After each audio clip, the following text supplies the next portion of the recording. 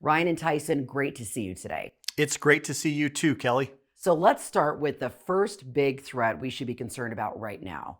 Kelly, the first threat is something that nobody's talking about right now, and it's retiring when there's increased stock market volatility or simply a falling stock market, and the severe long-term impact it could have on your nest egg. And if you retire when the stock market is growing, well, the wind is at your back because a rising tide floats all boats, right? And you almost need a strategy to lose money in a market like this.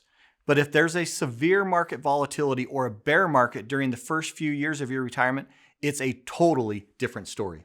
According to research featured on CNBC, and this is important, the combination of withdrawing money from a shrinking portfolio could leave you with 2/3 less money for the rest of your life.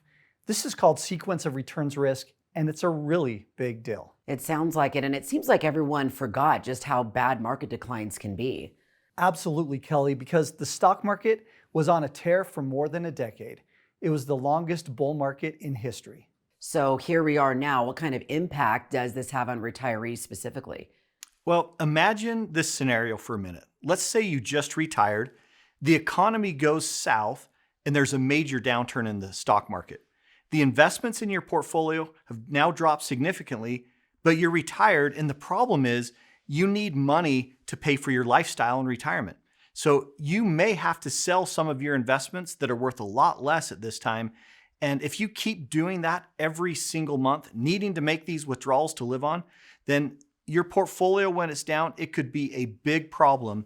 And when you sell your investments, remember, you're locking those losses in at a low point. And the long-term financial consequences of this, Kelly, could be devastating. Now, you might be able to skip taking withdrawals from your portfolio with the market, but if you're 72 or older, your required minimum distributions force you to make withdrawals whether the market is up or it's down. So Ryan and Tyson, considering what you were just talking about, is there any way retirees can protect themselves against this kind of risk?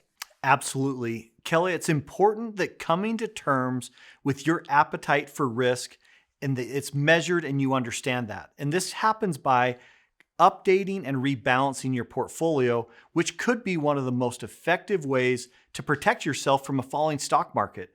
Because during quote unquote normal times, you should be reviewing this portfolio every 6 to 12 months. But when we have stock market volatility or some other type of major economic event, you should certainly check it more frequently. And here's the reason why. Because as your investments shrink or grow, your asset allocation becomes out of balance. And this could cause you to be invested too aggressively or too conservatively. And neither one of these, Kelly, could be good for you and your portfolio.